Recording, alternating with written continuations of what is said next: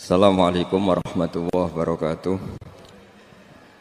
Bismillahirrahmanirrahim. Nahmaduka ya ghafuru ya syakuru. Mashalli wa sallim barik ala sayyidina maulana Muhammadin wa ala alihi wa sahbihi asma'in nama ba'du. Kita tidak bosan-bosan cerita ini karena ini khazanah kita. Di kitab Nailul Ma'mul itu, di kitab Usul Fiqih, saya berkali-kali cerita ini karena ini untuk menunjukkan bahwa Quran itu liqaumi ya'qilun, liqaumi yatafakkarun.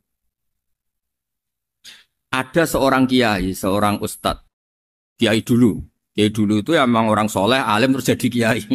Kalau kiai sekarang tuh macam-macam, nganggur terus ingin jadi kiai, terus daftar gitu. Ada lowongan di yayasan, masuk ingin jadi ustadz, karena dengar ada gajinya. Dulu tuh udah ada seperti itu udah. Makanya dulu tuh kalau ustadz kiai pasti soleh karena dia alim terus ingin orang lain tuh mendapat ilmunya. Kalau sekarang nggak ada yayasan sehat, guru gajinya sekian. Yang nggak ingin jadi ustadz tuh daftar. Karena ada gaji. Apalagi ada kabar, ada gaji, ada mes, ada... Wah, yang daftar banyak. Tapi mentalnya ada kiai sebetulnya. Ya kalau sampean tanya itu baik dah Gus. Ya setengah baik. Ya maksudnya setengah baik, ya ada baik. Ngajar itu kan baik. Tapi setengah saja karena motifnya itu nyari gaji, bukan ingin mencerdaskan umatnya Rasulullah SAW. Itu Imam Amudi itu guru matematika. Saya nggak bosan-bosan cerita ini. Guru matematika. Muridnya sampai takut ini masuk surga ndak. Kiai kok ndak ngajarin istighosa atau tahlil malah ngajarin apa? Matematika. Beliau meninggal terus muridnya tanya, "Ma fa'alallahu bik?" Kira-kira gitu. Apa yang dilakukan Allah? Allah nyambut Anda gimana? Terus kata Imam Amudi, bagus saya disuruh ngajar malaikat. Karena malaikat kan tidak pernah kayak anak bagi gini ngaji gini. Malaikat itu tidak pernah ngaji. Dia iman saja karena tahu surga, tahu neraka terus iman gitu aja. Jadi imannya malaikat itu nggak keren kita. Imannya loh. Loh itu yang ngendikan Nabi loh, tidak saya. Nabi pernah tanya sama sahabat, iman yang paling keren siapa? Jawabannya sahabat malaikat. Ya enggak karuan malaikat iman. Dia yang tahu surga neraka, tahu segalanya, masa ada imannya? Pasti iman lah katanya. Terus ya para sahabat engkau iman ya wajar kan menangi saya, nemuin saya. Yang hebat itu orang-orang yang tidak melihat saya, tidak saya didik tapi tetap iman. Karena dididik akal, ya tadi dididik Quran, apa dididik Quran. Sama siapa? Teks bahasa Arabnya masang. Terus Imam Amudi kata Allah, suruh dia ngajarin para malaikat cara menemukan saya. Malaikat dikumpulin terus Imam Amudi disuruh ngajar.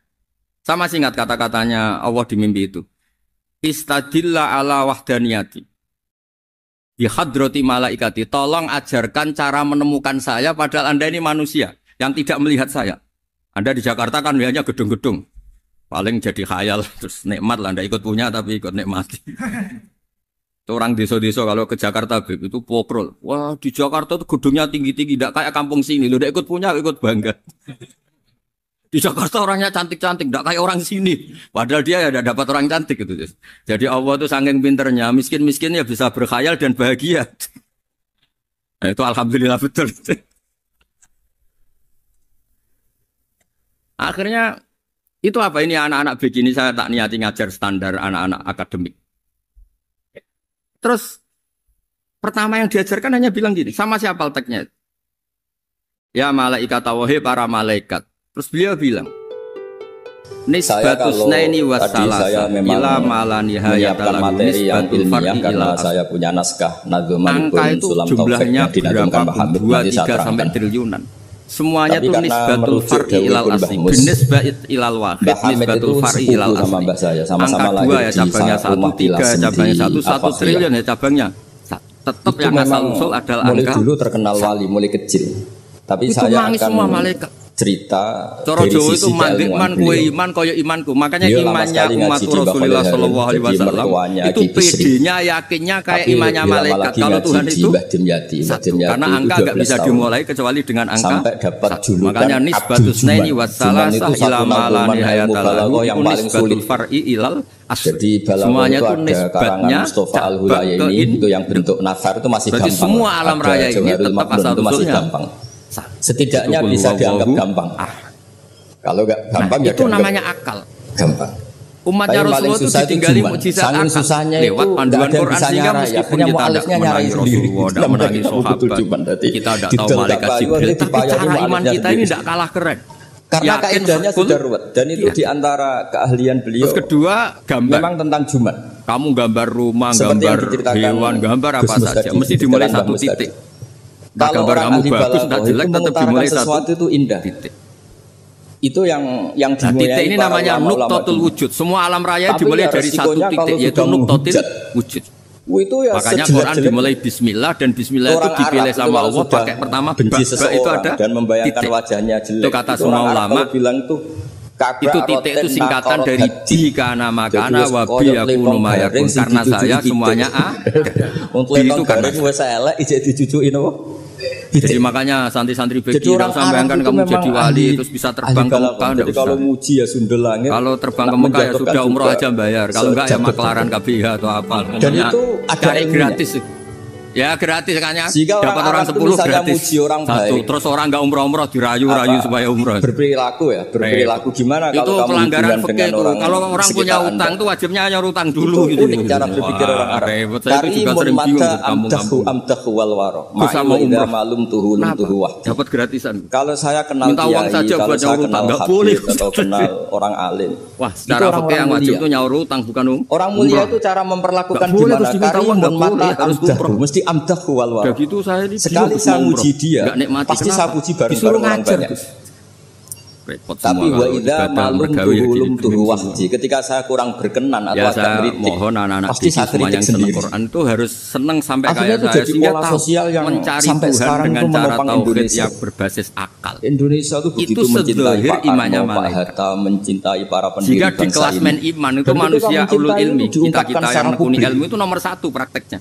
Dan ketika nomor satu itu Allah karuan kan syahidah Allah kan gak tertandingi syahidah Allah anna la ilaha illa huwa terus wal malaikat malaikat kan karuan karena langsung menyaksikan surga dan karena ketiga bahwa ulul benar jadi karimun berarti prakteknya kan nomor satu kalau kompetitornya semuanya manusia ulul ilmi nomor berapa ma'i wa idza malum tuh nomor tiga kan dari Allah orang mulia itu orang yang kayak apa orang yang ulul ilmi berarti kalau kompetisinya antar manusia nomor berapa kami puji akan saya puji secara publik nah kenapa ulul ilmi di nomor tiga kan tapi dari Allah malaikat kerennya kayak saya kurang karena cara iman ulul ilmi itu enggak ada ragunya sama sekali.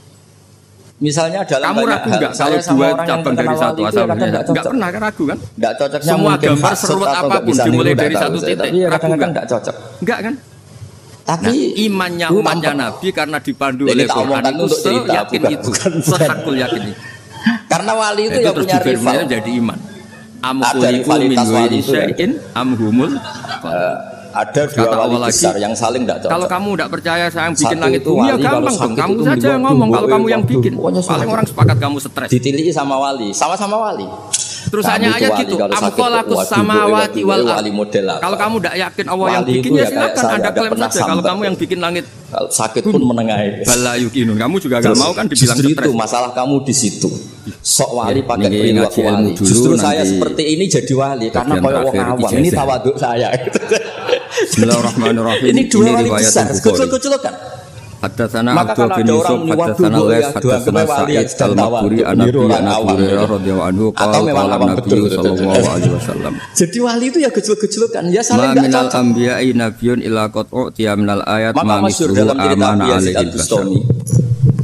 Wa inna ma kana ladzi utitu wahyan awhahu wa ilayya fa arju an akuna aktsarahum tabi'an yaumal qiyamah. Satu kamar tidur terus. Hanya kita tahu semua nabi itu punya mukjizat. Ya, semua nabi itu punya nama mukjizat. Mukjizat itu hal yang luar biasa yang memastikan manusia itu tidak bisa menyainginya atau menandinginya. Anggap saya gimana gitu. Dan rata-rata mukjizat Nabi dulu itu fisik. Misalnya ontanya Nabi Soleh itu kan onta tapi keluar dari batu itu kan aneh. Saya ini aneh sekali. Ya, kalau atau tongkat Nabi Musa ingin jadi wali yang jalur-jalur gitulah yang kayak gitu. Merah. Ya, semua nabi itu punya mukjizat dan semuanya berbentuk fisik. Bisa dikasih saya itu tidak semua. Kecuali mukjizat Rasulullah Shallallahu Alaihi Wasallam. Karena wali ilmu itu Al-Quran. Harus menjaga Al-Quran itu konsep ilmiah. Jabir bin Abdullah itu pakaian kalau orang sholat seperti ini. Tapi saya karena Quran itu justru berharap pengikutku sangat terhormat. Dan sampai hari itu Jabir ini termasuk minas sabiqinal awwalin sahabat Nabi yang luar biasa. Itu datang ke masjid, kamisnya dicopot, bajunya dicopot. Kalau kamu suka uang, pikirannya dijual apa dipakai? Kalau kamu suka uang, ini cerita itu ada di Bukhari, di bab Kitabul Ilm. Kalau kamu ahli suudzon itu pikirannya enggak, ini asli enggak. Ini ada di kitab Bukhari. Karena yang melihat di Turki itu ya sebagian gitu. Kalau yang suka perkebunan itu bayangkan itu miliknya. Mungkin dipakai ngakali orang atau apa, pokoknya bayangkan itu miliknya. Kalau yang kolektor pikirannya itu nanti ini laku. Gini aja. Tapi kalau peneliti mungkin pikirannya itu ini asli apa enggak? Bukti aslinya apa? Kamu supaya tahu bahwa adnal aurah standar lagi pula kalau kamu punya utang terus mau apa? Jangan sampai karena kamu marah mau semua apa? Kalau pakai ala akmalil siap pakaian beda dengan mukjizatnya Quran itu semuanya bahwa syarat sahnya sholat itu seperti itu. Orang yang sedang harmonis dengan istri bisa orang pakai ayat sholat harus di antara ayat-ayat Allah yang sedang baca al-bainakum mawaddatum. Nanti kalau ditakdir cerai, saya tidak menyarankan cerai. Kalau ditakdir nutupi aurat di sholat, itu masih dimotivasi sama Allah wa iya tafarraqo yufillahu kullam min saati. Jika suami istri itu cerai, jangan-jangan suaminya dapat istri lebih baik, istrinya nanti dapat suami lebih baik. Jadi yang masa lalunya ada keprahara. Dan itu ribet kan banyak. Orang suaminya meninggal ketika nikah lagi ditanya, kangen sama suami pertama, alhamdulillah ini lebih baik. Harus pakai jubah dulu padahal suaminya yang meninggal itu berharap istrinya ini kangen, ternyata dia sudah syukur dapat suami yang lebih. Jadi Quran itu menunggu kita. Jangan ditiru lah kalau tidak ulama. Jangan ditiru. Ya. Makanya kita tidak bunuh itu ya barokahnya Quran. Karena problem apapun kita dinasihatin apa sabar, apa dinasihati. Ibadah berat-berat itu saya ada. Kan nggak mungkin kamu pegang tongkatnya Nabi Musa punya masalah apa saja lihat tongkat bisa apa tongkat. Tapi kalau Quran kan nasihat solusi. Alhamdulillah ditegur Nabi. Makanya Nabi berharap dengan Quran ini saya berharap pengaruh saya, pengikut saya terbanyak ila yaumil. Andai kan Nabi hidup di zaman dikomentari begini sama ini Fathul Bari sarahnya Bukhari. Al-muradu anna mu'jizatil anbiya in qaradat bi qiradi asorihi. Tapi yang menjadi ditegur mungkin illa pan hadarat. Problem mukjizat nabi-nabi dulu itu kan fisik. Untuk menjadi sehingga yang tahu kalau Nabi Soleh punya unta yang ajaib itu yang tahu ya hanya yang hadir sehingga saat kata itu. Imam Nawawi yang tahu kalau tongkat Nabi Musa bertuah itu juga yang tahu hanya yang hadir saat rotiban. Selebihnya tahu tongkat ya di museum. Tapi kalau Quran menjadi solusi, menjadi Nabi itu tawaf itu justru solusi, menjadi panduan, menjadi pegangan itu ila yaumil. Tawafnya itu jalan kaki.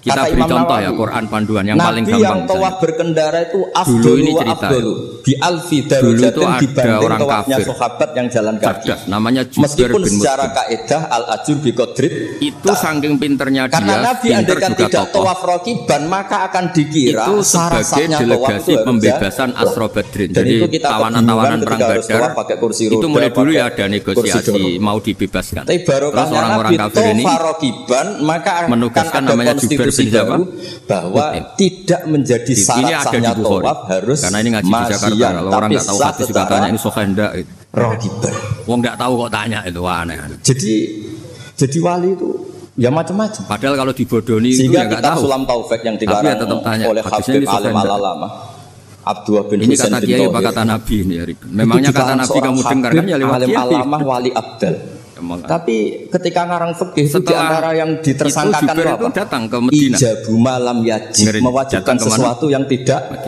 wajib. Kemudian dengar Nabi baca waktu sholat maghrib. Jubair karena Nabi dulu gak ada hotel, gak ada pondok. Pondoknya Nabi hanya sufah.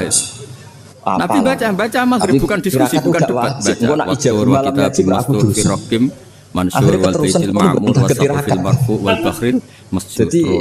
Sing bagi yang tidak dirakaat kemudian sampai pada titik ayat tidak boleh mewajibkan sesuatu yang tidak wajib. Masa manusia atau alam raya yang mewujudat yang nyata yang wujud nyata Wajib. Kemudian asal usulnya tapi itu resikonya nanti santri merata puasa Senin Kamis mergo mbok arani sunat terus. Ini kan hadhil alam maujud, alam ini kan nyata. Masa sesuatu yang nyata penciptanya itu tidak nyata. Jadi enggak mungkin jika ada faham nihilisme. Kalau faham nihilisme berarti melahirkan teori yang niru, tapi kita cukup punya argumentasi untuk tidak niru. Dan sesuatu yang tidak ada menciptakan Nabi yang sama sih itu kan akal enggak bisa. Wong lakoni kita kalau sesuatu ini ada penciptanya pasti gue ya kaya wong-wong iku gak berusaha sebut lah ini sensitif wong-wong iku siapa kamu tahu akhirnya Jubair bin Nabi itu kalau habis sholat karena Rasulullah sallallahu alaihi wasallam idan sholatihi hampir saja hati saya terbang atau alal musallin kalau riwayatnya Imam Ahmad faka'an nama sudi akal di hati saya dihancur semua teori yang saya bawa untuk ngelawan kamu ke timur sekarang luluh semua hancur semua. Yang benar adalah teori Anda bahwa Tuhan itu satu dan Tuhan itu ada sebelum semua makhluk. Itu coba kalau Nabi Muhammad ada Jubair bin Mut'im terus menyembunyikan tongkat itu dekat adalah mihrab, bentuk maklumat dari Nabi bahwa imam setelah sholatnya selesai harus mengatakan sesuatu atau melakukan sesuatu apa saja untuk memaklumatkan kalau sholatnya sudah orang keren. Kalau di Blitur gimana ya kan malah panjang. Kira-kira kalau mujizat itu dari tongkat itu malah panjang. Kata Imam Bukhari, kata Surahul Bukhari, panjang orang itu berjalan 3 kilo 7 kilo demi menangi Nabi. Lagi kamu coba kan nggak ngarah mandi itu yang mandi kan nabinya bukan tongkat. Kan kalau Nabi tetap menghadap kiblat dengan posisi kayak tawarruk lungguh tahiyat dipakai mukul kucing aja tidak mesti mati. Nanti Nabi dikira masih sholat. Dan jadi kalau orang itu takbir Allahu Akbar terus ikut. Tapi kalau Quran menunggui sholatnya sah pada sah. Sampai saking hebatnya Quran, teori rasionalitas dengan orang yang sudah tidak tingkat sholat. Itu bahaya. Seperti itu sudah bahaya. Karena irtibatus sholat itu bahkan bisa diuji tanpa membuktikan. Sholat dan dia menggantungkan sholat dengan orang yang sudah tidak sholat. Dan itu secara fikih bahaya. Untuk memaklumatkan itu maka Nabi menghadap ke timur kalau dalam konteks Indonesia supaya mereka tahu kalau Nabi sudah tidak sholat. Wa kharquhu lil adat fi uslubihi wa balaghatihi wa ikhbarihi kalau madhep timur kok sawangane ape ngandani akhirnya ini yang ngarang ini sudah sarannya sudah ada ngadep-netan fala yamurru asrun minal aqsar illa wa yadharu ada yang enggak madep-netan enggak madep-malam tapi astagfirullah sementing jangan tunjukkan dengan rokokan itu enggak boleh wa takmiluhu fil ladzi ba'da wa qilani ya makanya enggak boleh membuat al-mujizat al-madiyah kanat khissiyatan karena dengan penjelasan seperti itu sebenarnya yang paling pokok adalah mujizatnya nabi-nabi dulu itu hanya penyembuh hanya pelengkap hanya nuruti keinginan mata karena sekali yang datang posisi makmum itu nanti dia menggantungkan sholat dengan orang yang sudah tidak sholat itu semuanya itu hanya memanjakan mata. Dan itu bisa dipelajari dari kitab-kitab kesayangan Ibnu. Tapi kalau mujizatnya Nabi Muhammad itu berdasar akal. Dengan beliau kalau pakai keluarga, beliau sepupu mbah saya. Kalau pakai sanad guru yang saya laut merah terus sering ngaji sekali sama Mbah Maimun. Mbah Mun terus kita bilang menyimpulkan, wah kita tidak akan mampu. Ngaji ke Fakih Mas Kumambang yang di kesimpulan kita tidak akan mampu. Meskipun bikin nyamuk Anda juga tidak mampu. Berarti saya untuk memutuskan tidak mampu saja kok kalau sampai pertunjukan seperti itu laupo goblok gitu. Mbah Dimyati itu adik nah kalau kita karena umat yang pintar untuk memaksa kita nggak mampu Allah bilang innallaha la yastahi ayadriba matalam nanti ketemu semua di kita melihat nyamuk langsung berkesimpulan tidak mampu Tolibin atau misalnya saya pakai saya Mbah Mun Bakar Mirboyo masih punya kuman-kumannya sama Syekhona Khalil atau sama Mbah Hasyim. Setelah itu Mbah Mahfud ya sama Gigi Said Abi Bakar satu punya organ karena Syekhona Khalil organ tubuhnya punya di beberapa manakibnya itu pernah ngaji langsung sama Sayyid Zaini Dahlan dulunya Sayyid Abi Bakar sama nyamuk itu sama-sama berkesimpulan melahirkan satu paham bahwa kita tidak ini pernah ngaji juga di Sidogiri pernah ngaji di Babah istrinya Gus Aziz ini di Genur atau di Soleh di Langitan dari batu. Jadi kesalahan guru kita ini yang bisa mengeringkan laut. Di antara aturannya adalah tadi goblok. Konstitusi ilmu itu harus dijaga. Alhamdulillah ada jenis goblok. Karena kalau nggak dijaga itu umat akan ngira itu aturan bahwa dan itu Allah itu hebat ala kulli syai'in. Bahaya sekali bukan sekedar bahaya tapi bahaya sekali. Sehingga Syekh Abdullah bin Husain bin Thohir dalam bikin hidup saya berkali-kali di antara pantangannya para pemahat tak suruh bikin patung gajah itu mampu mewajibkan sesuatu yang tidak wajib. Nyari materi makanya saya sering nangis Andaikan orang-orang Islam itu ikhlas, gampang mana bikin patung dan berperilaku kayak umumnya orang itu jadi wali semua. Makanya Allah bikinnya contoh itu karena untuk itu yang pakai nyamuk terus ya baik, yang badiah terus baik, yang tahajud witir ya baik. Itu kalau tapi bayangkan misalnya ada orang mau masuk Islam, nyamuk Gus. Kebetulan sing didelok orang seperti itu, ras itu Islam gitu. Di dalamnya dia hamil. Duha 8 rakaat. Salat duha itu paling afdal kan 8 kecil lagi. Telurnya kecil lagi itu gimana cara bikin itu? Asar, qobliyah, badiahnya goblok. Makanya di sini ini ada kitab Itqon itu komentarnya bukan itu dipuji kan ini kitab Al-Itqon karangannya Imam Suyuti. Ini persis komentar saya tadi. Bisa itu kata Imam Suyuti pengarang kitab 11 rakaat ditambah badiah. Wa ya imma hissiyah wa imma aqliyah. Jadi mukjizat itu ada yang fisik bisa dilihat indra. Panca indera bisa dilihat Islam sing ra soleh-soleh, salate wa aktaru mu'jizat Bani Israil kanat khissiyah libala datihim dilada itu goblok wakil lati basiri dasar goblok mukjizat itu ngenteni simbol bar salam balik nang rokoke dirokok maksudnya dasar untuk ngakui Allah hebat saja kok sampai halal yang seperti itu kok penak ternyata Islam itu udah mergolikil latin apa itu juga ada sanatnya wa aksaru mu'jizati hadhihi ummah aqliyatun li farati zakaihim wa kamali afwahihim dan mukjizatnya umat ini semuanya berdasar akal karena sudah sampai 5 rukun Islam dijawab. Jadi andaikan kita melihat tongkatnya Nabi Musa menyibak laut merah dengan melihat nyamuk, kesimpulan kita sama-sama wow, sama-sama keren, sama-sama memastikan kita tidak mampu. Tapi ini Islamnya bedui loh, sampai nak niru gitu. Makanya terus Quran menerangkan tapi apa kata Nabi? Man sarrahu ayyam yura ila ahli jannah falyamdur ila siapa yang suka melihat ahli surga. Menjadi keseharian kita. Keseharian kita orang yang sudah bersumpah tidak akan menambah ibadahnya sama sekali. Ayatun min ayatillah. Kamu tidak boleh niru itu. Paham ya? Terus ini tidak usah saya larang juga sudah sebagian begitu. Tapi itu barokahnya luar biasa. Di kitab Majmu' bil basira. Sarahnya setiap ada ulama yang mengatakan witir itu wajib. Ada juga ulama yang mengatakan witir itu wajib. Sesuatu yang tampilan dasarnya itu disaksikan mata, maka itu bisa. Pendapat itu jelas salah. Era tongkat Nabi Musa seperti itu habis karena ada hadis Arabi jelas tanya Nabi. Hal alaiya ghairuha ya Rasulullah. Di luar 5 waktu itu apa ada wajib? Olallah. Ya. Jadi dan contoh sosial, saya kembali lagi ke sosial. Kamu punya teman awet atau punya istri awet, itu konsepnya ya wal kadhiminal itu agak gampang tersinggung. Itu ya ada. Coba kalau kamu setiap tersinggung, setiap tersinggung habis kamu tidak punya teman, tidak punya istri. Ketika sampai Imam Malik seperti ini kalau kecewa ya wal kadhiminal ini sebagai bentuk penghormatan saya ini biasanya ngaji khusus karena kalau beliau terkenal wali udah usah saya terkenalkan. Tapi barokahnya diwarai Quran wal kadhiminal itu ngempet terus ngempet seorang ahli balaghah. Terus kecewa sama teman, kok kenapa tidak putus? Karena wal afina aninna sudah kalau kecewa maafkan. Coba kalau kita kecewa presiden dia mau kecewa menteri dia mau kecewa orang tua minggat. Ya kalau dicari, kalau tidak kan malu. Ada kalimat begini. Ghuslul Jum'ati apa yang baca Ghuslul Jum'ati wajibun ala kulli. Kenapa tidak minggat? Malu. Kenapa malu? Takut enggak dicari. Wajib bagi setiap yang sudah akil balik. Itu orang tuh paling malu itu kalau keluar dari rumah enggak di muslimin. Saya punya teman lagi, saya ini takut mati. Kenapa? Takut istri saya tidak nangis. Makna wajib di situ bukan seperti yang kamu bayangkan. Kematian terburuk itu kalau. Jadi tidak wajib kalau ditinggal enggak mandi terus enggak apa. Nangis. Oh itu malu betul. Lagi-lagi jawabannya apa? Li hadisil. Makanya jangan mati. Pokoknya pastikan orang sekeliling Anda nangis ini itu baru berani mati. Kalau enggak jangan. Konstitusi seperti ini. Sehingga kata Sayyid Zabidi ya, pengarang kitab mukjizatnya Nabi itu luar biasa. Kalau kita sampai ithaf ya hitung saja. Makanya setelah mukjizat terbesarnya Nabi adalah punya abah alim alama namanya Abdullah. Karena Al-Qur'an itu cerita punya abah alim alama namanya Abdul Manan. Abdul Manan ini awaluman lazama Sayyid Zabidi sahibul contoh paling gampang di Mesir. Di Quran itu ada sekian ayat. Jadi Abdul Manan ini yang ditulis di kedutaan Mesir, orang Indonesia pertama yang sebagai ulama di Mesir.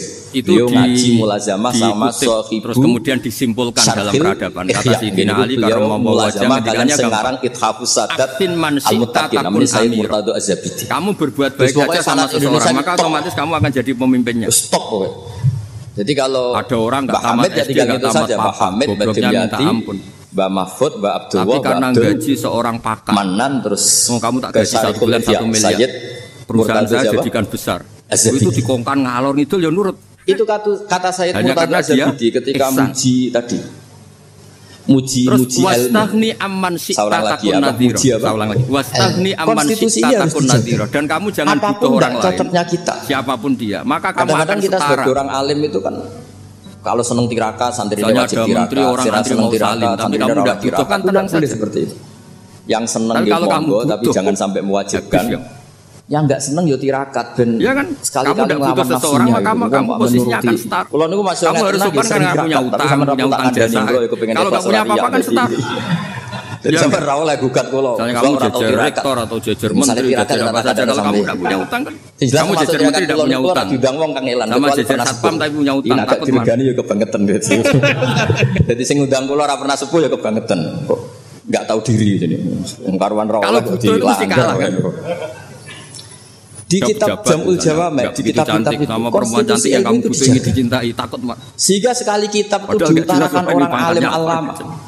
Jadi dalam hukum sosial itu kata Siti Ali wastahni aman syi'ta takun nadhira. Kamu jangan butuh seseorang maka kamu akan Allahumma sholli ala sayyidina Muhammad atau ala abdika rasulika. Itu beliau mengurai takun asira. Asira pakai sin. Di antara orangnya dan silahkan butuh seseorang maka Nabi kamu akan Muhammad jadi sallallahu alaihi wasallam itu melakukan apa saja termasuk yang paling basyariah ya, coba itu misalnya adalah ada seorang biasa. Profesor, seorang alim, seorang getop. Asal jangan bayangkan Nabi itu macam-macam kok sampai ujung kampung sana jalan kaki 2 kilo. Andai kan Nabi misalnya dari gedang goreng di depan umum. Nabi itu kalau dari di depan umum. Itu luar biasa. Kenapa luar biasa? Nabi itu jadi nabi setelah Nabi Isa yang dituhankan. Jika Nabi harus sesering mungkin memperlihatkan al-a'rad al-basariyah. Beliau harus menunjukkan bahwa beliau adalah seorang jadi paketnya 3 tadi. Manusia. Ahsin man syi'ta takun amir. Sehingga Nabi Dahar itu dengan sampean poso setahun itu mulia Nabi Dahar. Karena sekaligus pembatalan rububiyatin Nabi atau iddia rububiyatin Nabi. Dengan seperti ini Nabi sama juga memaklumatkan saya ini manusia. Buktinya kamu jejer, kamu tidak butuh dia. Tenang kan bisa setara kan? Kayak apa kalau dibaca harus secara sopan, ngajukan proposal, jadi Nabi harus berakhlak karimah. Isa. Makanya sekarang maka kata saya Al-Zabidi, agama ini agama terbaik. Dan umat Rasulullah Shallallahu Alaihi Wasallam tidak akan mengalami apa yang dialami umatnya Nabi Isa. Caranya gimana? Dengan memperbanyak baca sholawat. Di Rembang itu, jadi cara Said Zabidi, sholawat itu satu konstitusi ilmu. Temannya curiga, kok tuben Allahumma Allah memberi ala Muhammad atau ala Sayyidina Muhammad yang diberi. Zaman akhir. Jadi gak mungkin hadil ummah menuhankan kanjeng Nabi Muhammad. Jangan dengan cara baca sholawat Allahumma. Ya di semua daerah juga ya sama Pak sebagai pemberi. Kalau ada teman biasanya enggak sopan. Sholawat terbaik itu temannya curiga bernama Pak Rektor UI. Dengan teks sholawat ini sekaligus menjaga konstitusi tauhid dan hadil ummah tidak akan orang butuh itu pasti beretika. Umatnya Nabi. Kamu punya teman paling berdua. Kalau mau utang berakhlak. Untuk sholawat itu kasih hati. Atau misalnya kamu punya adik cantik, itu punya teman berdua. Kalau cinta adik kamu berakhlak. Karena sakmene untuk bojo ayu. Ya, enggak sama sekali enggak berakhlak. Gara-gara butuh menjadi itu saya tidak tertarik. Ya jadi hukum sosial itu ya kuncinya 3 tadi. Ahsin man syi'ta takun amir. Saya baca sholawat itu ya tidak banyak-banyak ya. Wastahni amman syi'ta takun dengan penggayatan Kak Sayyid Zabidi. Terus wahtas ila man syi'ta takun terus ramat kok sampean. Tapi kalau kamu butuh seseorang, secara konstitusi ilmu lebih dirindoni Allah mbek Rasul. Aku yakin itu tawanan. Karena tadi Nabi itu jadi Nabi setelah tragedi Isa dituhankan. Dan itu yang nunggu. Sebab itu Sayyid Muhammad ketika muji Rasulullah Sallallahu Alaihi Wasallam itu selalu mengutip Dawe Al-Busiri. Imam Syafi'i berkali-kali cerita. Kok seneng semua Imam Syafi'i? Ya bagus lah. Kalau yang seneng saya enak lah. Dijak jagongan, dijak ngopi enak. Yang enggak seneng saya, kita semua tahu Mbah Hamid adalah pengagum kitab Burdah dan beliau sering baca Burdah. Di antara Burdah yang dipakai semua ulama termasuk Sayyid Muhammad setiap orang madain dak ninggal nosiro. Makanya Imam Syafi'i itu kalau ngedikan warsa mendakwahkan masuk an-nasara fi nabi. Yang penting kamu muji nabi. Orang itu enggak seneng kok. Bagus lah. Tinggalkan apa yang pernah dilakukan orang Nasrani, yaitu saking mujinya Nabi Isa sampai menuhankan kamu maka membebaskan. Itu saja kamu hilangkan dak pinjam uang, pinjam mobil, enggak akan ganggu waktu kamu kan enggak seneng. Setelah itu kamu tanggalkan, kamu hilangkan wahkum bima syi'ta madkhan fihi wah. Tadi setelah itu kamu muji Nabi Muhammad sumber langit gak apa-apa. Ada yang asal cerita, sudah meninggalkan orang yang tadi cium tangan engkau, yang hormat engkau di luar mati-mati engkau, kita tidak usah ngerasain engkau, ngata-ngatain engkau. Ya dengan bagus membaca sholawat itu berarti saya wibawa di depan saya ada berani. Allahumma ya Rabbi. Berarti saya wibawa di depan saya ada. beri karena Tuhan. Nabi apapun ala makamnya sudah kulillah sumadarhum tingginya derajatnya Nabi ya, itu posisi benar. Dunia itu selesai. Itu agak penting semua. Sehingga kita muji Allah karena Dia Tuhan. Kalau kamu anak-anak dan muji Nabi sebagai ahabbal khalqi ilallah yang paling berhak mendapat afdhalas sholawat minal. Saja agak penting makhluk-makhluk itu. Nah coba kalau orang Islam baca sholawat kayak itu kayak apa luar biasanya. Itu yang bisa seperti itu siapa? Lagi-lagi kita ini ditunggoni mukjizat itu seperti itu. Bayangkan misalnya kita ditunggoni tongkatnya Nabi Musa. Paket ini ngajar di sini, ini tongkat. Ya ribet. Nanti yang tanya, Gus itu kayu apa Gus? Alhamdulillah terkenal Ramandi terus dobot. Nanti yang kolektor tanya itu harganya berapa Gus? Yang jelas tak amuk. Ruwet. Gus, ternyata yang ahli sudon itu asli gak Gus? Wah. Kue ku nabi-nabi mude. Ahli sudon kan mesti tanyanya gitu, itu asli gak Gus? Nak maca selawat Nabi sing seneng. Kalau Quran kan jelas. Perhitungan jaluk opah. Ada perdebatan antara Gus ngomong ijazah jenengan namuk. Kowe ora bener. Hasan Al-Asy'ari ini tokoh ahli sunnah. Ya ono kiai kados kula ya ono ben wong sadar menemukan Tuhan. Tapi ada kiai yang baik, yang cermat, tidak boleh takut. Minta ijazah dijazah. Jadi Bang Moro Gunung Kawi mendingan dijazah selawat. Lah itu masalah istihad, ini masalah apa? Ada satu problem di mana orang-orang nah ini sesi terakhir kula generasi suwi. Tidak bisa ilmu logika. Ya bingung kula suwi kalau dalam bahasa pesantren. Kata ini kula waca tentang Mbah Hamid yang hasil para ulama ini meneliti ini tulisan yang di buku ini ya. Ini tentu sudah disahkan Pak Idris di sini juga ada tanda tangan beliau. Ternyata mereka punya cara logikanya sendiri untuk menemukan. Bismillahirrahmanirrahim. Wajtahada kullal istihadi khilalaha fa akhudha min kulli ilmin min ulumiddin khadzuhul awfa wa qistahul akfa wa baru'a fi ilmil balaghati wal bayani hatta ishtahara bi abdil juman liqudratis tidharihi abyata wa syawahida manggumati ukudil juman bikulli jaudatin wa itqanin wa yina akhiran mudiran wa umdatan lil ma'had wa mudiran idaratil madrasah allati unsiat di awali maratin lil ma'had. Jadi beliau itu sudah rahasia umum. Sama tanyakan orang alim manapun, pantangannya mesti maca juman. Mengatakan bumi ini pencipta. Wes wong alim sak Indonesia lah. Kon ngorek juman mbok sak miliar mikir yakin. Kelihatan sekali. Pemenang nak sing ngaji kula. Nak sing ngaji wong goblok mungkin wis kelihatan sekali. Rada aman lah no. Tidak sing ngaji padha wong alim mesti mriyang. Iki macane man tamin. Apa manna bahasa Arab yo lucu. Man yo tulisannya mem nun, manna yo mem nun, min yo ribet dengan bahasa Arab. Makanya ada orang tanya maknane lam tarjiman yo gara-gara itu. Gus maknane lam tarjiman opo? Jebule lam taro daman. Lam taro ora ningali sapa mar'ah daman ing gedhe diwaca langsung lam tar diman. Pusing. Kene karena syaratnya jadi orang alim itu dua. Satu punya guru alim, dua punya murid alim. Di guru alim tok iso istirahat. Mergo kok muridnya bodoh iso dibodoni. Tapi nak sampean di guru alim, di murid alim meriang. Lho kula bayangno dadi Badim Nyati termas meriang. Mbah Hamid mriku pun alim nate ngaji teng Mbah Khalil Kasingan. Mbah Khalil Kasingan itu tesih Mbah Mun. Yang sarang Mbah Khalil Kasingan itu yang sarang Khalil Harun. Adikipun Mbah Umar Harun. Niku menantu saking bagus dari pendiri Pondok Sarang. Malane Mbah Mun nak dibali Gus Muslim Mustofa mergian pernah sepuh merubah makna. Sepuh niku, sepuh Mbah Mus berikut beberapa kutipan Ibnu Hajar Al-Haytami yang niku muridnya Zakaria Al-Ansori atau pendengar. Zakaria Al-Ansori di guru jenenge Ibnu Hajar Al-Asqalani. Nek ape ngaji yo meriang, mergo kon maca. Al-Qur'an adalah gurune alim alama. Nek ape mulang yo meriang, mergo muridnya alim. Aku nak ora bener diguyu Ibnu Hajar Al-Haytami. Dan di antara tidak de guru alim, de murid. Makane sumpek. Dene Zakaria Al-Ansori sumpek. Masyhur beliau. Lima kunta aliman hatta staharta bi Syekhul Islam. Jabe li anni dupiktu baina hajuraini. Masyhur. Aku digebek watu loro. Ya aku nak ngaji yo sumpek perkara di guru alim alamah. Nak ape mulang yo sumpek mergo di murid alim alamah. Jauh dari kebenaran mereka ya, meriang menyembah berhala. Jadi akhirnya yo nak ngaji yo mutolaah, nak ape mulang yo Tuhan itu banyak sekali. Mutolaah. Mergo muridnya pinter. Zaman itu terkenal Ibnu Hajar Al-Haytami, alim alamah. Rasulullah wong karangane luwih akeh dibanding gurune. Dan harus satu. Jadi mulane di murid orang alim yo barokah mesti sampean kuwi. Kenapa Muhammad Jadi aja men ngeluh mergo uga alim-alim iku apa sudah nyediakan berkah. Enak muridmu alim iku meriang. Diceritakan dalam surat Shad Aja'alal alihata ilaha. Mulane sing syukur sing syukur urip sing syukur ora usah bayangno sing aneh-aneh. Gus Lopin di murid sing alim-alim. Allah ndak menyediakan itu. Nah iku nyata, iku ribet. Lane donga dikira-kira dengan sabar. Donga sekali ra bener iku mari trauma. Dan memberi penjelasan. Kalau bolak-balik cerita. Hikam itu termasuk orang yang enggak pati suka kalau orang berlebihan berdoa karena beliau cerita. Ono wali tukang hamal itu tukang manol. Dia dapat uang kalau kerja di pasar tukang angkut barang. Setelah punya uang, cara sekarang 10.000 pulang terus ibadah. Karena dia gak ingin kaya, wong wali kok ben sugih ya wali aneh. Tapi nak wali kok ora sugih iku ya aneh juga.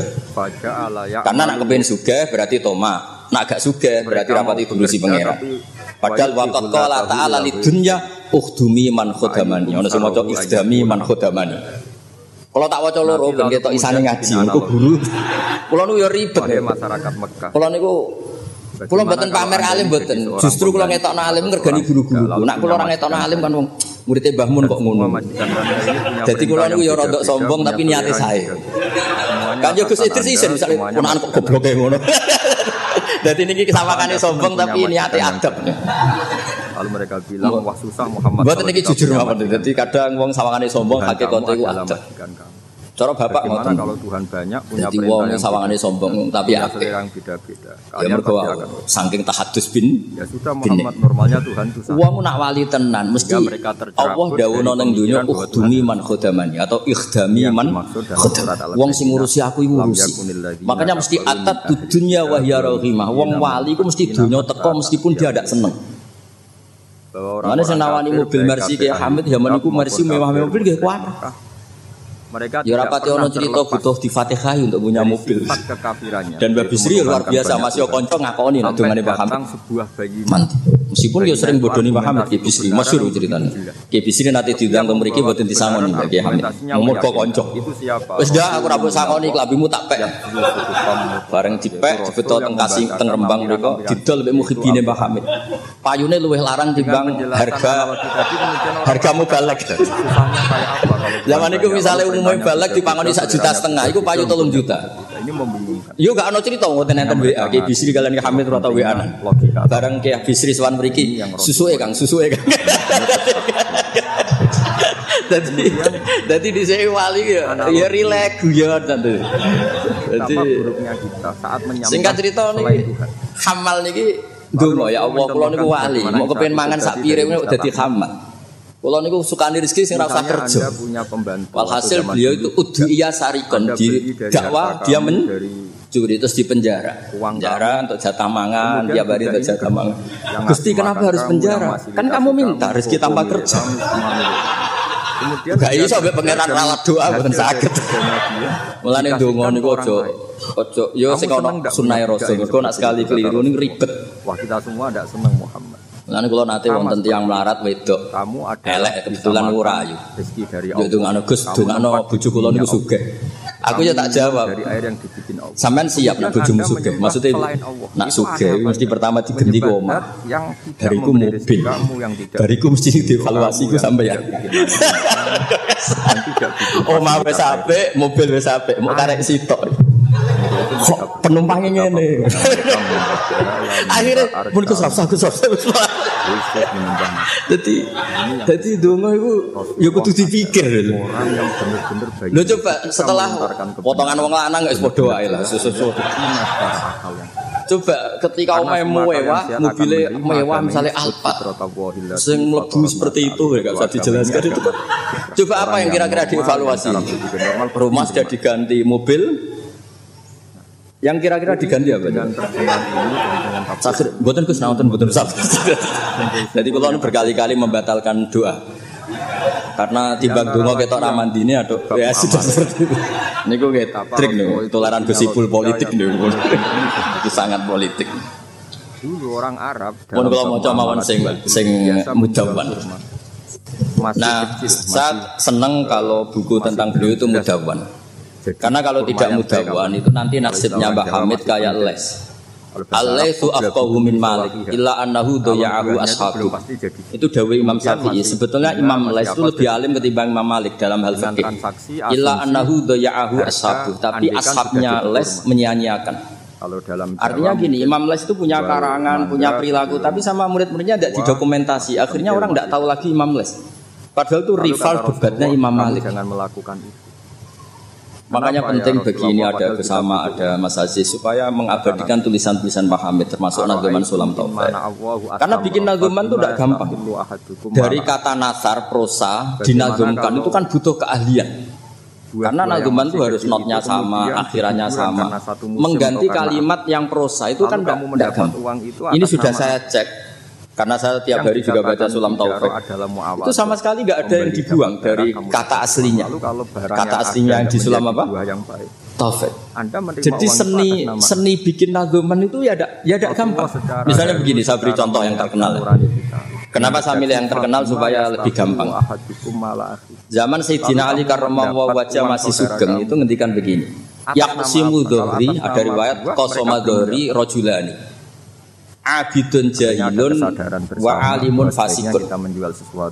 Yang merusak Islam itu hanya orang dua. Orang abid tapi bodoh, orang alim tapi fasik. Itu ulama dulu segampang ini membuat padanan itu dan maknanya sama. Fasadun kabirun alimun mutahatiku wa akbaru minhu jahilun mutanassiku. Kerusakan besar kalau ada orang alim yang fasik. Tapi lebih rusak lagi kalau ada orang bodoh ahli ibadah. Itu ya Anatu Tolibin. Saya Abi Bakar Sato, gurunya Mbah Mahfud. Berarti Mbah Hamid, Mbah Dimyati, Mbah Mahfud, saya Abi Bakar apa? Sato. Berarti guru keempat. Itu punya cerita. Oke lah kalau kenapa orang alim yang fasik afdalu min jahilin mutanassik atau min jahilin abidin. Terus dua orang ini berdebat. Ya apik wong bodoh lah, piye ahli ibadah. Tetap apik, mula wong alim tapi fasik. Dua orang ini akhirnya sepakat. Marani wong bodoh sih.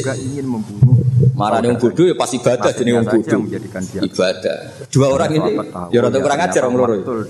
Ya fulan ana rabbuka, aku iki pangeran. Suweneng aku kowe nyembah aku terus. Tapi mulai saiki wis tak bebasno. Sesuk-sesuk ora ibadah apa-apa, wis tak ridani, Iku langsung nih hore sesuk wis bebas. Saking bodone. Umpama dekne ngaji kan ngerti. Sautu wa harfu iku Allah nak ngendikan gak nggo sautun ka sautin menghancurkan adan. Umpama dekne tau ngaji kan Allah iku mukhalafatul. Ora mungkin Allah kok disuara koyo ngono iku ora mungkin. Tapi matur nuwun Gusti, matur nuwun Gusti. Mulai sesuk kula mun mboten salat malih. Menang sing sitok delok bodho. Insyaallah sebagai kajian kita. Akhire golek wong alim sing fasik. Delok pas mabuk jenenge fasik. Mabuke jenenge masjid bisa. Wong alim piye-piye dhewe bau-bau masjid. Mabuk ning masjid. Seneng sing sitok. Wah, satu-satu berarti mergo sing mau bodoh sing sitok. Mabuk. Seneng sing dia pendapat ya apik wong abid sing bodoh timbang alim fasik. Mergo pas mabuk. Dengar bisa tahu. Oleh muni ya padha kok pager. Ya fulan. Ama tastahi minni ana rabbuka. Mbok wong diisin to ambek aku. Aku pangeran ndelok kowe amen mabuk. Si wong alim masuk mabuk iki jadi sisa-sisa alim. Golek pedak. Ya fulan ulimukal ana rabbak. He fulan tak ulang pangeranku sapa? Ono pangeran kok nyuwara. Dibedak. Itu panjang sekali. Artinya dene cek memenuhi definisi ilmu nak wa mukhalafatul bil hawadis. Mas mabuk lho cek waras. Ya maksudnya nak iso ya aja bodoh aja ngono, maksudnya nak iso. Tapi ini kalau cerita tentang Mas Sama, tentang Mas Aziz ini Mas Los dan perumpamaan. Enggak gampang. Jangan kira terus ini hanya nukil, enggak gampang. Dari lafaz apa natar prosa kemudian menjadi apa? Nadzuman kayak tadi dari qasama dzahri rajulani. Terus diganti apa fasadun kabirun alimun mutahatiku wa akbaru minhu jahilun mutanasi. Ini saya beri contoh ya. Kemudian tak beri contoh. Mari sampean dorang tidak semuanya ngaji Sulam Taufik. Nek kula ngaji terus ra di ngertos dari teks aslinya. Komitmennya. Misalnya begini ya, ini yang lalu orang-orang hatmun alal mukallafid dukhulu fi dinina ja'a bihi rasulu ma'asubuti fihi bidawami wa akhdhi lazimin la ahkami. Ini kan persis teks di aslinya. Kata Rasulullah. Sampeyan siapapun yang ngaji Sulam Taufik pasti tahu. Banyak kalau banyak jadi kada kafis sifati wal af'ali subhanahu an al-sunil jibal. Ini mengganti ta'ala amma yaquluna uluwan kabira. Ursila rahmatan ilal makhluqi turun wal ma'rufu bil masduqi. Ini berarti pengganti kata rahmatan lil alamin. Terus ini yang yalzamu kullu muslimin ayyamna'a islamahu wa sawmu amma qata'a min qaulin aw fi'lin aw i'tiqadi wa walladhi yatuna birtidati. Ini kan waqat fasa tasahulul kalami fi zamani mukhrijil islami. Itu kan di apa? Di kitab Sulam Taufik memang kalimatnya seperti itu. Wayak suruh fi hadza zaman at-tasahul fil kalam begini sampai keluar dari mereka kalamun sing mengeluarkan mereka dari nopo Islam. Terus di sini diganti waqat fasa tasahulul kalami fi zaman mukhrijil islami wala yaruna dzaka dzamban fatla angkau nidzakal fi'li kufron asla. Itu kan meskipun kamu hanya dengar itu persis seperti kata nasarnya, tapi oleh Mbah Hamid digubah sedemikian supaya menjadi nadoman yang mudah dihafal. Saya kira jadi itu butuh malakah. Nah, kenapa beliau punya malakah itu? Karena ketika ditermas di antara kitab yang beliau kaji itu adalah Uqudul Juman sampai punya gelar Abdul Juman. Jadi saking mulazamahnya kayak kamu kalau suka uang itu kalau orang Arab bilang Abdul Dinar. Makanya Nabi kalau ngeritik tak isa Abdul Dinar, tak isa Abdul Dirham. Jadi kalau orang menekuni sesuatu itu disebut apa? Abdul. Itu dulu Kiai Hamid ditermas sampai punya gelar Abdul Juman. Saya kira ngoten nggih pun masyhur sedanten. Assalamualaikum warahmatullahi wabarakatuh. Menjadi mandek. Kita harus terus mensosialisasikan supaya Quran ini hidup. Caranya gimana? Masyarakat dirangsang supaya tahu al-bayyinah. Contoh yang terakhir sebelum menutup perjumpaan kali ini, misalnya dulu orang kafir Mekah itu janggal karena mereka juga punya kajian bahwa Nabi itu bersyarat harus turunan dari bangsa Israel. Karena semua Nabi itu pasti turunan Nabi Ibrahim. Yaitu Nabi Ibrahim punya anak yang bernama Ishak. Ishak punya anak yang bernama Yakub. Yakub ini yang nanti punya anak Yusuf. Sehingga Yusuf bin Yakub bin Ishak bin Ibrahim. Ketika Nabi-Nabi ini hidup di Palestina, di Yerusalem, itu kayak jadi aturan bahwa Nabi itu harus turunan Bani Israel. Sehingga ketika orang-orang kafir Mekah dari kelompok ahli kitab, ketika Rasulullah Muhammad mendakwahkan diri sebagai Nabi, mereka janggal bagaimana mungkin Nabi dari orang Arab. Nabi itu harusnya orang Yerusalem atau orang Palestina. Kemudian Allah memberi penjelasan, fihi ayatum bayyinatum maqamu Ibrahim, bahwa Muhammad adalah turunan Ibrahim. Bukti nyata adalah di Mekah ada jejak kakinya Nabi Ibrahim, yaitu yang sekarang kita sebut maqam Ibrahim. Setelah dilacak-lacak ternyata mbah-mbahnya Rasulullah atau nenek moyang atau leluhur Rasulullah bernama Adnan. Adnan ini kata sejarah-sejarah disepakati wa adnanu bila raibin intadzawil ulumin nasabiyah ila dzabihi Ismail nisbatuhu wa muntama. Bahwa Adnan ini tertulis secara sejarah lengkap bahwa dia turunan dari Nabi Ismail. Ismail adalah anak dari Nabi Ibrahim. Kemudian makom Ibrahim ini juga dibuktikan sekian sejarah bahwa Ibrahim pernah di situ. Yaitu ketika Hajar, ibu dari Ismail, kesulitan nyari air, lalu lalang lari antara Safa dan Marwah. Kemudian kita kenang sekarang bernama Sa'i. Kemudian dekat Ka'bah ada namanya Hijir Ismail. Karena dulu jadi kamarnya Nabi Ismail. Hijir, hujrah itu kamar atau ruang khusus untuk Nabi Ismail. Sehingga jelas sekali bahwa Ibrahim, Ismail, Hajar pernah hidup di Mekah. Lalu lagi-lagi orang kafir Mekah yang dari kelompok ahli kitab sadar bahwa Muhammad jadi nabi layak karena dia juga turunan dari Ibrahim alaihis salam. Ini yang disebut fihi ayatum bayyinatum maqamu Ibrahim, bahwa di kawasan Mekah, kawasan Bakkah atau kawasan Hijaz jelas sekali ada jejak-jejak Nabi Ibrahim. Lagi-lagi ini bayyinah. Nah, bayyinah ini yang bisa menghilangkan sifat kemusyrikan, sifat kekufuran. Karena lewat penjelasan yang panjang ini, kemudian benar-benar diketahui bahwa Muhammad jadi Nabi itu sah. Karena dari segi dakwahnya benar, perilakunya benar, hujahnya benar. Sekarang dari segi nasab juga benar, karena beliau termasuk keturunan dari Nabi Ibrahim alaihissalam lewat jalur Ismail. Ini penting kita ketahui dan perlu kita kaji, supaya istilah-istilah di Al-Quran kita tahu. Makanya banyak istilah di Al-Quran, misalnya wattaba'tu millata abai, kita ngikuti agama leluhur kami. Di situ disebut ada Ibrahim, ada Ishak, ada Ismail, ada Yakub. Kenapa demikian pendengar? Bahwa karena agama ini butuh tradisi. Dan tradisi ini menjadi komunitas sosial. Sehingga ketika tradisi ini sudah mantap, insya Allah lewat kebenaran agama ini akan menyingkirkan kemusyrikan. Contoh paling mudah begini, Nabi itu melarang orang menyembah batu. Tapi kemudian dalam tradisi Islam sendiri ada orang sholat kemudian sujud. Yang secara zahir sujud itu mencium batu atau mencium masjid tempat kita sujud. Apalagi kita mencium Hajar Aswad. Secara kasat mata seakan-akan kita ini menghormati betul Hajar Aswad. Sehingga orang kafir mencibir. Muhammad itu aneh. Dia melarang kita menyembah batu tapi dia sendiri mencium Hajar Aswad seperti itu. Dia sendiri menyembah batu. Orang kalau sujud seakan-akan seperti itu. Tapi lewat penjelasan Nabi bahwa kita sujud hanya kepada Allah. Kita kalau sujud baca sajadah wajhililladzi khalaqahu wa sawwarahu wa syaqqa sam'ahu wa basarahu bihaulihi wa quwwati fatabarokallahu ahsanul khaliqin. Wajah kami sujud kepada Zat yang menciptakan wajah kami, yang mengasihi kita pendengaran, yang mengasihi kita pandangan. Hanya Allah saja yang ahsanul khaliqin. Hanya Allah saja Zat yang paling baik dalam penciptaan. Ini penting sekali saya katakan bahwa sehingga sujud kita yang seperti itu adalah simbol tawadhu. Tidak ada kaitannya dengan kita ini menyembah batu.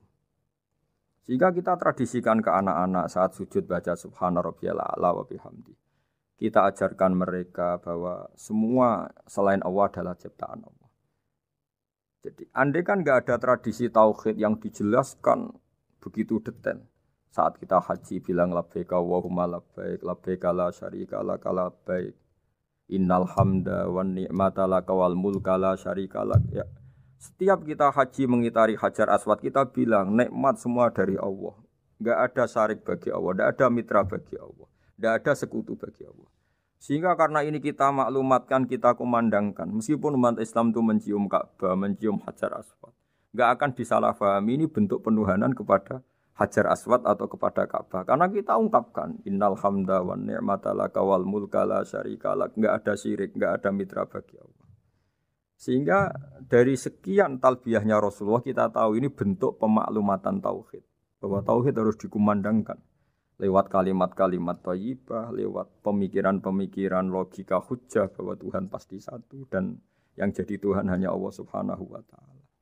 Karena andekan ini tidak dikumandangkan, kemudian ada ritual yang secara lahir kasat mata nyium Hajar Aswad, nanti seperti tuduhannya orang kafir bahwa Islam itu aneh melarang menyembah batu, tapi nyatanya ada ritual mencium batu. Sebab itu tidak menjadi aneh ketika Imam Bukhari termasuk rawi besar, termasuk hadis sahih yang meriwayatkan Sayyidina Umar atau Umar radhiyallahu anhu. Itu setiap mencium Hajar Aswad beliau berkomentar, saya tahu betul kamu hanya batu. La tadurru wa la tanfa. Tidak memberi madarat, tidak memberi manfaat.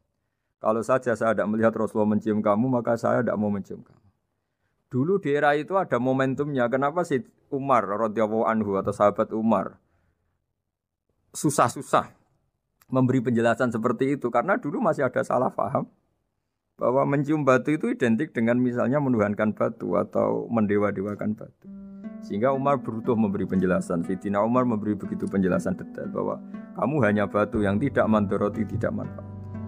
Tapi secara tradisi sunnah Rasul kamu dicium, ya saya ikut.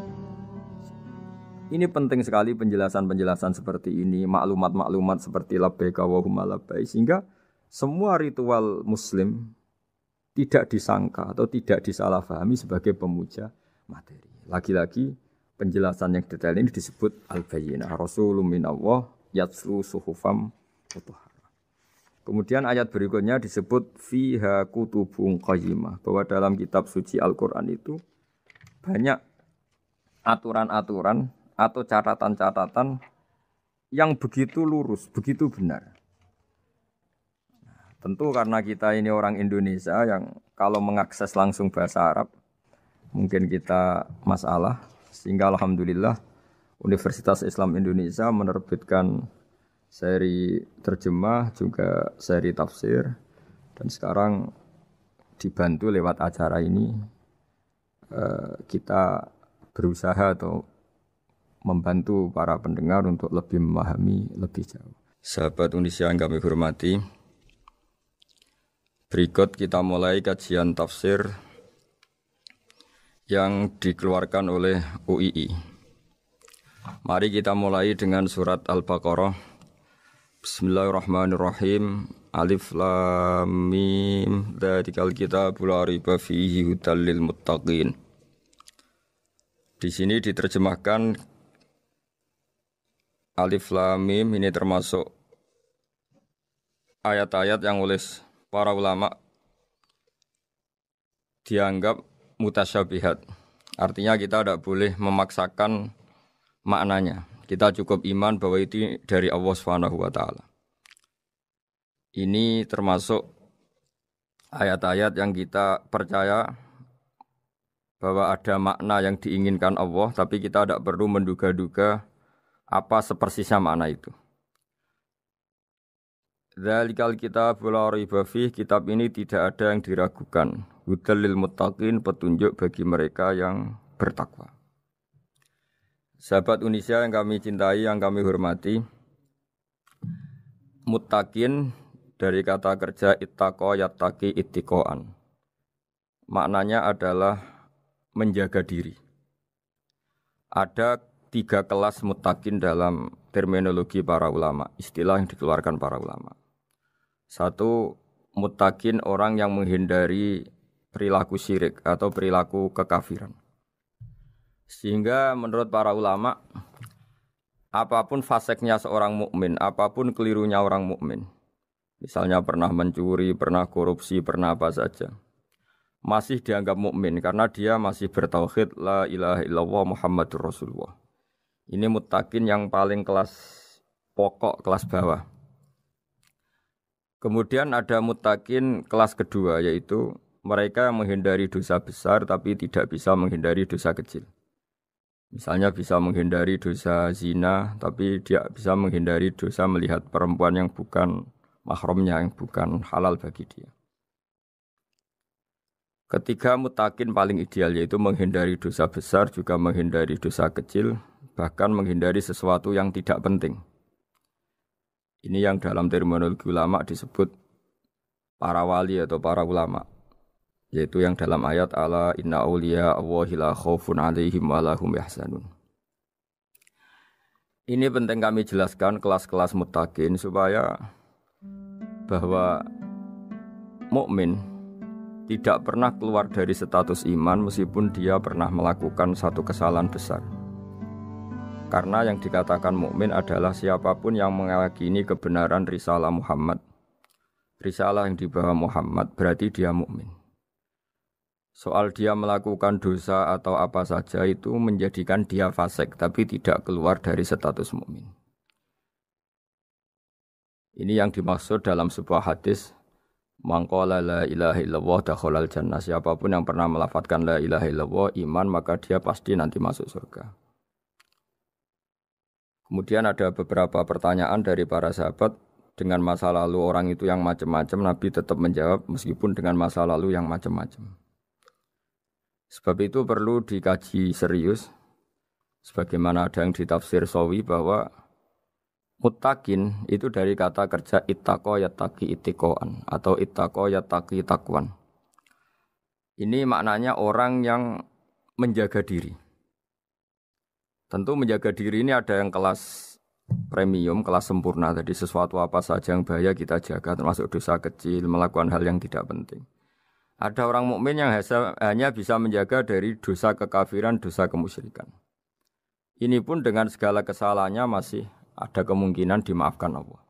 Karena Allah pernah berfirman, innallaha la yaghfiru ayyushraka bihi wa yaghfiru ma duna dzalika liman yasha. Allah tidak akan memaafkan dosa syirik, tapi Allah masih bisa memaafkan atau masih berkenan memaafkan dosa di luar syirik. Kemudian yang perlu dimengerti oleh sahabat Indonesia adalah makna la raiba fihi. Ini yang perlu kami ungkap, bahwa Al-Quran ini tidak ada keraguan padanya. Tidak ada keraguan ini yang mudah kita teliti karena kita orang Indonesia. Mungkin rasa-rasa sastra Arab enggak kental. Mari kita teliti dari segi makna. Karena makna ini rasa dan rasa itu universal. Begini misalnya. Dulu orang-orang kafir Mekah karena mereka penyembah berhala, penyembah Tuhan-Tuhan yang banyak. Itu memprotes. Mereka memanggil tentu masih Muhammad, belum ya Rasulullah. Muhammad, kamu mengajak ke Tuhan berapa? Rasulullah menjawab, ke Tuhan yang satu. Lalu mereka bertanya, Muhammad urusan kita ini banyak, problem kita banyak. Tuhan banyak saja tidak bisa menyelesaikan apalagi satu Tuhan. Ini yang diceritakan dalam sebagian ayat disebut aja'alal alihata ilaha wahida inna hadza lasyai'un ujab. Bagaimana mungkin Tuhan itu satu? Harusnya Tuhan itu banyak karena urusan kita banyak. Lalu Rasulullah dengan bimbingan Tuhan, bimbingan Allah mendatangi mereka, kemudian Nabi menjelaskan Tuhan itu adalah ketua kalian, Tuhan itu adalah pimpinan kalian. Bagaimana kalau Anda jadi pembantu kemudian punya majikan banyak, punya penguasa banyak, punya tuan banyak. Kemudian semua tuan-tuan Anda ini memerintahkan Anda dengan perintah yang beda-beda. Apa kalian mau punya majikan atau pimpinan yang banyak? Mereka menjawab tidak Muhammad.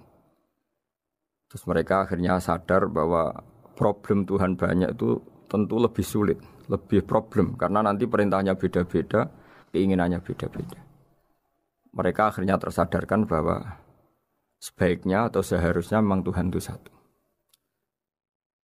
Jadi Rasulullah SAW menjelaskan logika bertauhid itu dengan sekian variasi, dengan sekian logika. Kemudian Nabi kedua juga menjelaskan logika kompetisi. Kata Nabi yang karena bimbingan Allah diberi satu pengertian. Andai kan Tuhan itu 2 atau 3, kemudian berebut dalam tahta arsy atau tahta yang di alam raya ini. Sebagaimana lazimnya para penguasa. Maka pasti ada yang menang, ada yang kalah. Dan yang kalah tentu gak layak sebagai Tuhan. Ini yang disebut wala ala ba'duhum ala ba'd. Tentu kalau Tuhan itu banyak, mereka akan berkompetisi, akan bertarung. Dan pasti pemenangnya ya satu, karena memang layak jadi Tuhan tetap satu. Sadarlah bahwa orang-orang kafir Quraisy, orang-orang kafir saat itu sadar pentingnya bertauhid. Ketiga, Nabi juga menjelaskan tauhid secara ilmu logika. Begini para pendengar. Kalau dalam teori ilmu tauhid yang agak jelimet dijelaskan begini. Jika ada 2 Tuhan, maka alam raya ini enggak menjadi alam. Logikanya adalah 2 Tuhan ini bisa kamu katakan sama-sama kuat. Ketika sama-sama kuat kemudian ingin menciptakan langit. Yang satu ingin menciptakan bumi, yang satu menolak menciptakan bumi misalnya. Atau yang satu ingin menciptakan langit, yang satu menolak ingin menciptakan langit. Kemudian ternyata bumi ini terbukti wujud. Logika awam adalah yang berhasil menciptakan bumi berarti Tuhan. Yang gagal atau kudrohnya gagal, kemampuannya gagal tidak bisa menciptakan bumi, gagal menjadi Tuhan. Ini logika awam. Logika ini pun kita terima. Tapi kalau menurut logika ahli tauhid, ahli pakar-pakar logika, cara berpandangan begini. Ketika Anda mengatakan ada 2 Tuhan yang sama-sama kuat, kemudian terbukti yang satu mampu menciptakan bumi, yang satu tidak. Bahasa Anda mengatakan sama-sama kuat ini sudah batal dari awalnya karena terbukti bahasa Anda salah, sama-sama kuat ternyata yang satu tidak mampu. Sehingga dalam pikiran orang-orang ahli tauhid mengatakan membayangkan Tuhan saja itu enggak kebayang karena turunan kata ini pasti selalu salah. Karena tadi misalnya dikatakan andai kan ada 2 Tuhan, kemudian yang satu mampu menciptakan bumi, yang satu tidak. Padahal Anda tadi bilang sama-sama kuat, ternyata terbukti yang satu tidak kuat. Berarti kata Anda sama-sama kuat ini salah. Ini pula yang diajarkan Rasulullah lewat bimbingan Allah, lewat wahyunya yang disebut Lau kana fihi ma alihatun illallahu la fasadata. Karena kalau ada 2 Tuhan pasti kamu sifati sama-sama kuat. Ternyata sifat sama-sama kuat ini batal demi hukum karena ternyata yang satu tidak mampu menciptakan bumi. Atau kamu sifati 2 Tuhan ini sama-sama lemah. Itu tidak mungkin lagi karena ternyata bumi ini terbukti wujud. Pasti penciptanya ini tidak yang sangat kuasa.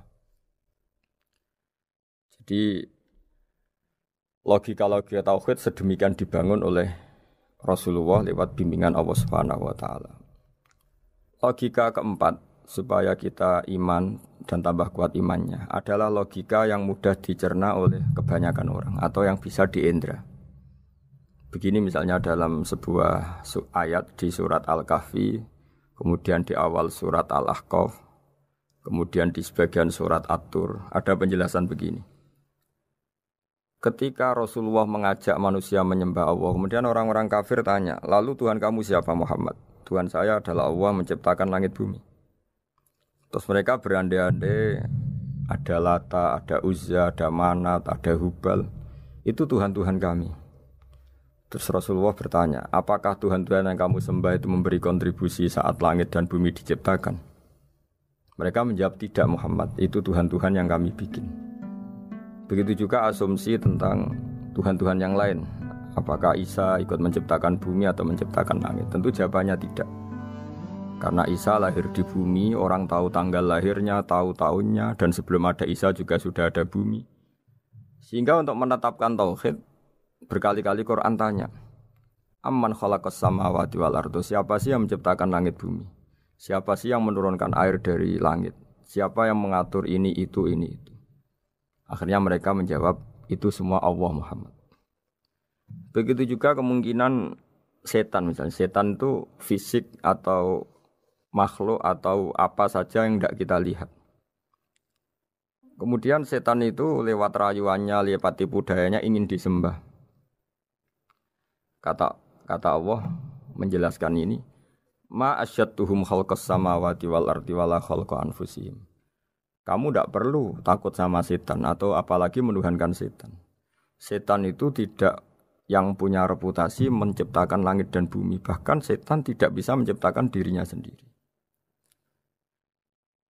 Ini menjadi pengetahuan bagi kita betapa bagi pakar-pakar tauhid, ahli tauhid, ketika setan nyatanya diusir dari surga, itu pun versi mereka.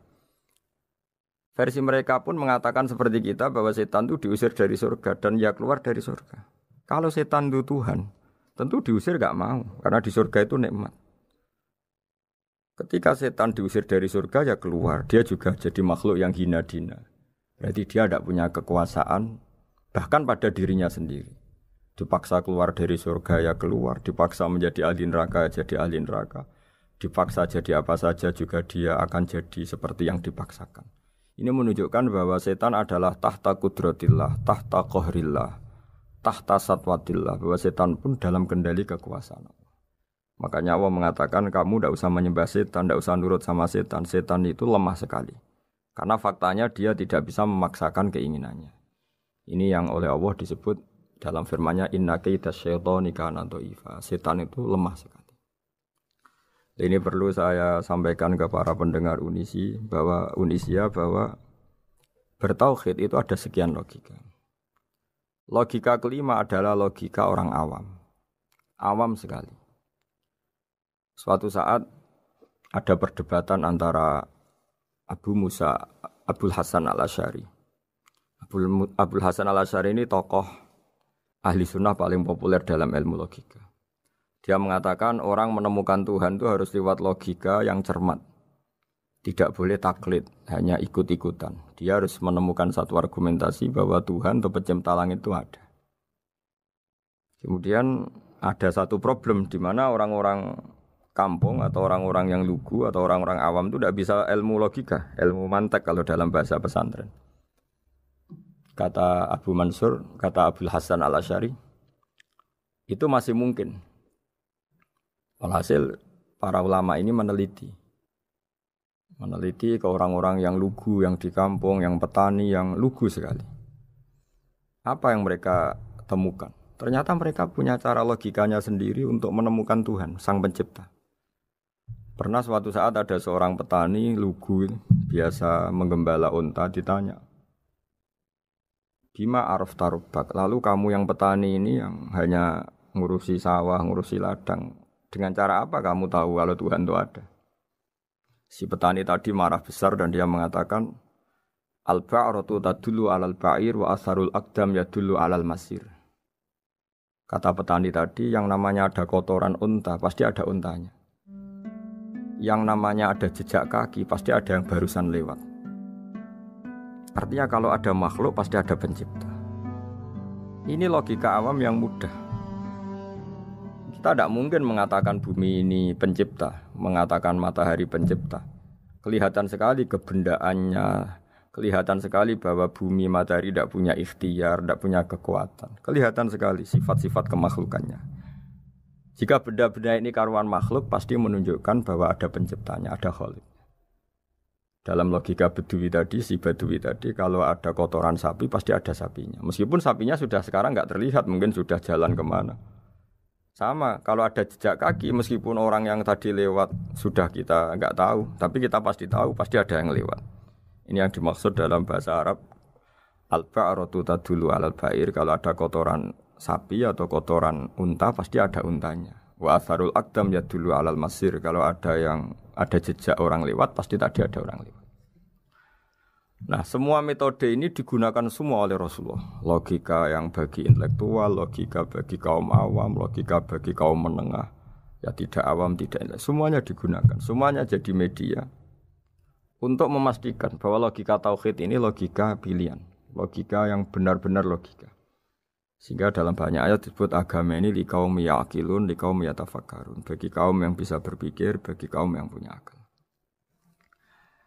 Lalu kemudian kami teruskan alladzina yu'minuna bil ghaibi.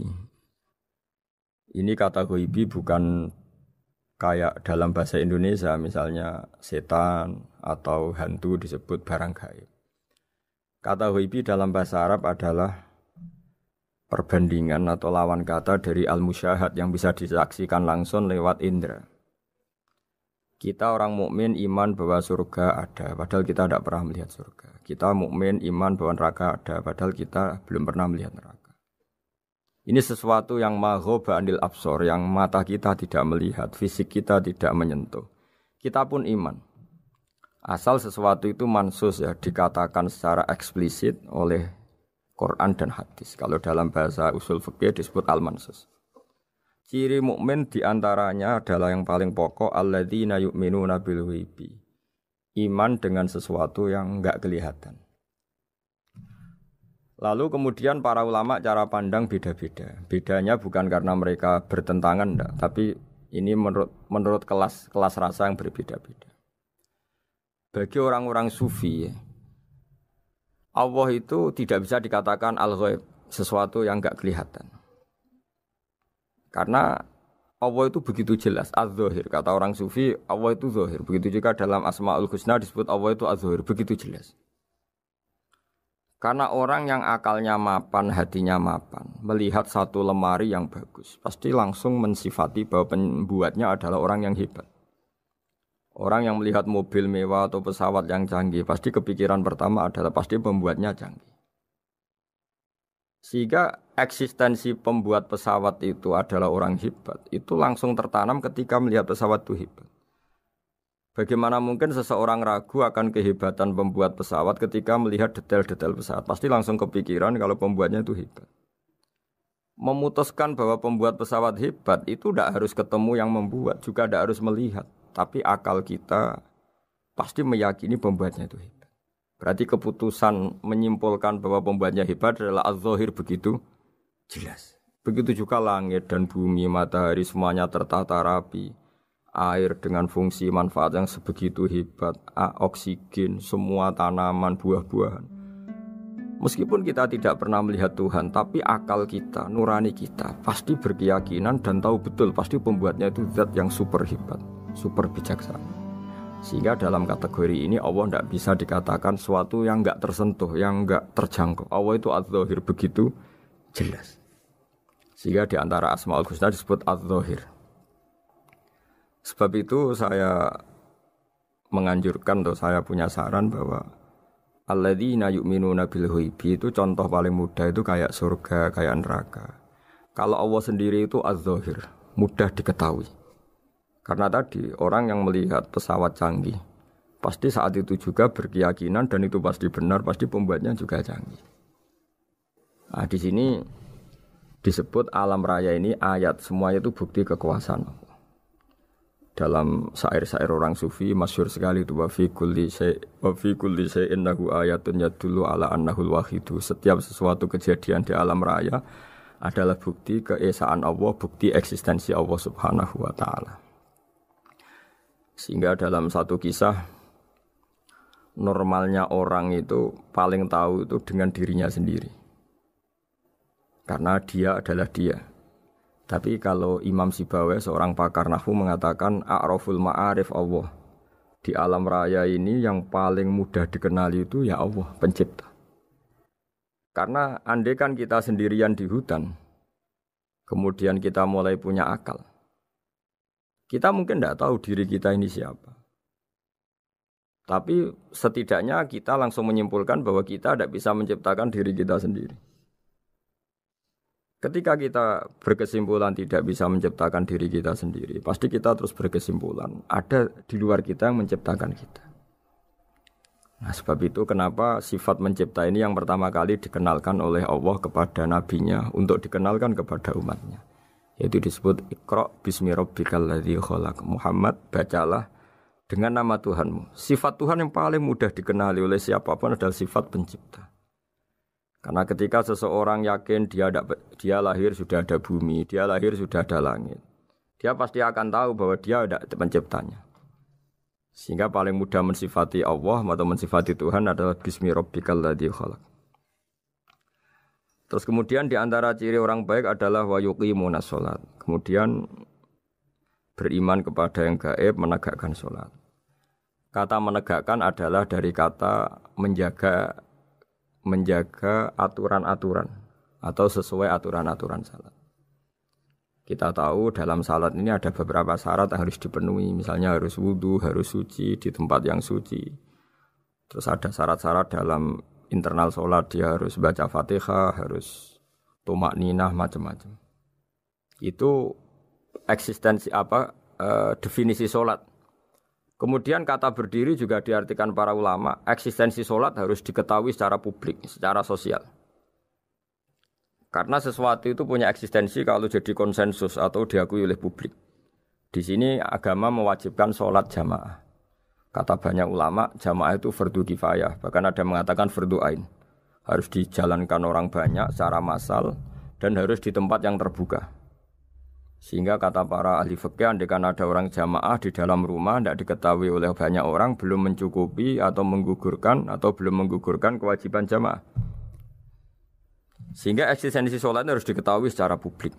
Sehingga dulu Rasulullah itu kalau sholat ya di masjid dan masjidnya terbuka. Sampai sekarang kita pun menyaksikan semua umat Islam kalau sholat di masjid yang terbuka. Sehingga dunia non-muslim pun tahu bahwa dalam Islam